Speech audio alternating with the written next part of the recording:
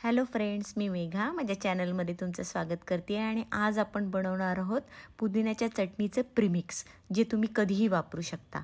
आणि त्याच्यासाठी लागणारं साहित्य पण खूप सोपं आहे आणि वर्षभरासाठी सुद्धा तुम्ही ठेवू शकता. आणि ती चटणी जेव्हा पाहिजे तेव्हा तुम्ही पाण्यामध्ये मिक्स करून यूज करू शकता. त्याचसोबत मी सांगणार आहे की पुदिन्याची पावडर कशी करून ठेवायची, जी 6 महिने वर्षभर चालते आपल्या घरामध्ये आणि टेन्शनही राहत नाही की ऐन वेळेवर पुदिना आहे की नाही हे बघण्यासाठी. तर आपण रेसिपीला सुरुवात करूया. पहिल्यांदा मी पुदिन्याची पावडर कशी करायची ते सांगणार आहे. इथे मी 1 गड्डी पुदिना घेतला आहे. त्याची फक्त पानं तोडून घेतलेली आहेत, दांडे घेतलेले नाही आहेत. तर ही पानं सगळी मोकळी केली आहेत. तुम्ही जास्तही पुदिना घेऊ शकता, 2-3 गड्ड्या. तर हे मी धुवून घेतले स्वच्छ पाण्यातून, कारण त्याच्यातली माती, घाण, धूळ सगळं निघून जावं. आणि त्याच्यानंतर एक सुती कपडा घेतला आहे. त्याच्यावर ही सगळी पानं मी मोकळी करून घालणार आहे, की जेणेकरून ही सुकतील छान आणि ह्याच्यातलं पाणी पूर्ण निघून जाईल. तर आता उन्हाळ्याचे दिवस आहेत, तर 1-1.5 दिवसातच ते छान होतं, अगदी सुकून जातात पानं. पण पावसाळा असेल किंवा हिवाळा असेल तर 2 दिवस द्यावे लागतात. तर हे मी सगळे अशी पसरून ठेवलीत पानं. आणि ही पुदिन्याची पानं असो किंवा कोथिंबिरीची पानं असो, ही उन्हामध्ये आपण सुकवायची नाही आहेत, घरामध्येच सुकवायची आहेत, कारण घरामध्ये त्याच्यातले गुण निघून जात नाही आहेत. तर दुसऱ्या दिवशी सकाळी मी पाहिलेलं आहे, मी आदल्या दिवशी दुपारी घातलेलं आहे. ते बघ, पानं एकदम सुकलेली आहेत, अगदी कुरकुरीत झालेली आहेत, एकदम छान झालेली आहेत. तर ह्याची पावडरही आता छान होईल. आणि तुम्ही जास्त करून ठेवली तर तुम्हाला वर्षभर पण यूज होऊ शकते पुदिन्याची पावडर. कधी मसाले भातात, भाजीत, चटणीत करावी लागते म्हणून. तर इथे मी मिक्सरचं भांडं घेते आहे, त्याच्यामध्ये ही सगळी पुदिन्याची पानं सुकलेली घालणार आहे आणि हे मिक्सरवर फिरवून घेणार आहे. छान बारीक, अगदी बारीक पावडर, आणि होतेही छान ती बारीक. तर इथे मी पावडर करून घेतलेली आहे. बघा किती छान मस्त झाली, अगदी बाजारातनं आणल्यासारखी. तर ही पावडर तुम्ही काचेच्या बरणीत भरून ठेवा, अगदी 1 वर्षसुद्धा बाहेर त्याला काही होणार नाही, याची मी गॅरंटी देते. तर तुम्ही असं करून ठेवा आणि काचेच्या बरणीत भरून ठेवा. आपण आता पुदिन्याच्या चटणीचं प्रीमिक्स करूया. इथे मी 1 वाटी कोथिंबीर घेतली आहे आणि 1 वाटी पुदिन्याची पानं घेतलेली आहेत. तर हे 1 वाटीचं प्रमाण मी घेतले, साधारण नॉर्मल वाटीचं. तर इथे मी अर्धा वाटी भाजकी डाळ घेतलेली आहे, फुटाण्याची डाळ. याच वाटीच्या मापाने मी दोन्ही घेतले, कोथिंबीर आणि पुदिना.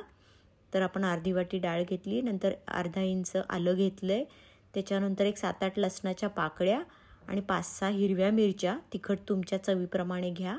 इथे 1 चमचा काळं मीठ घेतलं आहे, 1 चमचा आमचूर पावडर घेतली आणि अर्धा चमचा साधं मीठ घेतलं आहे. तर हे साहित्य आपण घेतलेलं आहे. तर त्यानंतर आपण काय करूया, पुदिना आणि कोथिंबीर आपण धुवून घेतलेली आहे स्वच्छ, त्याच्यावरची घाण धूळ आपण काढून घेतलेली आहे आणि हे आपण कापडावर असं सुकवायला ठेवायचं आहे. तर हे सुकवायचं फक्त एक 10-15 मिनटं, त्याच्यातलं थोडंसं पाणी कमी झालं पाहिजे किंवा पुसून घेतलं तरी चालणार आहे. तर हे आपण असं कापडावर ठेवूया सुकवायला 10-15 मिनटं. इथे मी मिक्सरचं भांडं घेतलेलं आहे. तर याच्यामध्ये मी हे अर्धा वाटी जे डाळवं आहे, भाजकी डाळ, ती घालणार आहे.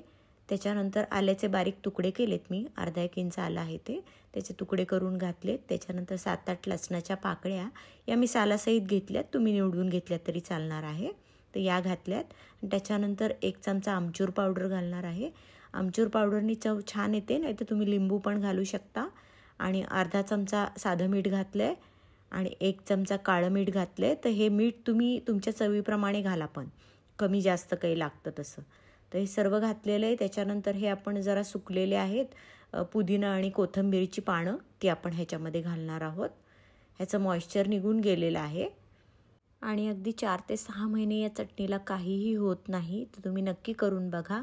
आणि मी इथे 7-8 हिरव्या मिरच्या घेतल्यात, त्या तोडून टाकल्यात ह्याच्यामध्ये, नाहीतर मग त्या बारीक होणार नाहीत, कारण ह्याच्यामध्ये आपण पाणी बिलकुल घालणार नाही आहे.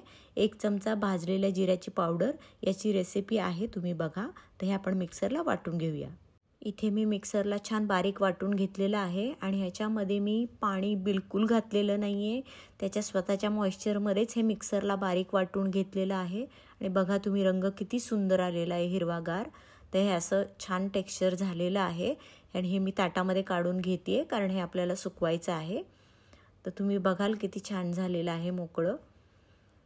आणि पाणी न घातल्यामुळं ते जास्त दिवस टिकतंही. तर ही पावडर बघा अशी झालेली आहे चटणीची. आणि ही आपण आता सुकायला ठेवणार आहोत.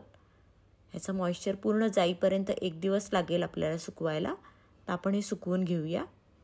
आणि आत्तापर्यंत जर व्हिडिओ आवडला असेल तर व्हिडिओला लाईक करा, शेअर करा आणि चॅनलला सबस्क्राईब पण करा. आणि माझ्या रेसिपी आवडली की नाही ते पण मला सांगा. दुसऱ्या दिवशी आपली चटणी बघा छान सुकलेली आहे. पूर्ण मॉइश्चर निघून गेलं आहे. आणि हे चेक करायचं आपण मॉइश्चर निघून गेलं आहे का नाही आहे. हे मी 1 दिवस गेला आहे पूर्ण त्याचा. तर तेव्हा हे सगळं मॉइश्चर गेलं आहे याच्यामधलं आणि एकदम कोरडी झालेली आहे. तर ही आपण आता काचेच्या बरणीत भरून ठेवूया. कारण काचेच्या बरणीत चांगली राहते, टिकते भरपूर. आणि ही तुम्ही बाहेरही ठेवू शकता, प्रवासात नेऊ शकता. आणि जर तुम्ही ही फ्रीजमध्ये ठेवली तर अगदी 6 महिनेसुद्धा याला काही होणार नाही. जेव्हा पाहिजे तेव्हा तुम्ही करू शकता. आणि मी इथे तुम्हाला करूनही दाखवणार आहे की चटणी कशी करायची तयार. तर चला आपण तयार करूया. इथे मी वाटी घेतलेली आहे एक आणि ह्याच्यामध्ये 2 ते 3 चमचे मी प्रीमिक्स घेतलेलं आहे चटणीचं.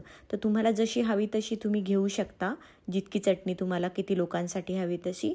आणि अगदी किंचित पाणी घालायचं आहे आणि हे छान मिक्स करून घ्यायचं आहे. अगदी मस्त विरघळून घ्यायचं आहे पाण्यामध्ये. आणि तुम्ही बघाल की अगदी बाहेरची चटणी मिळते तशी ती चटणीची चव असते आणि कलरही येतो. तर खूप छान लागते.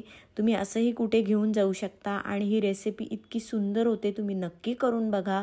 आणि तुम्हाला अगदी वाट बघावी लागणार नाही. चटणी आणायची, करायची, पुदिना आणा, करा, तो अगदी तापच राहणार नाही. तर हे तुम्ही नक्की करून बघा. आणि व्हिडिओ आवडला तर व्हिडिओला लाईक करा, शेअर करा आणि चॅनलला सबस्क्राईब पण करा.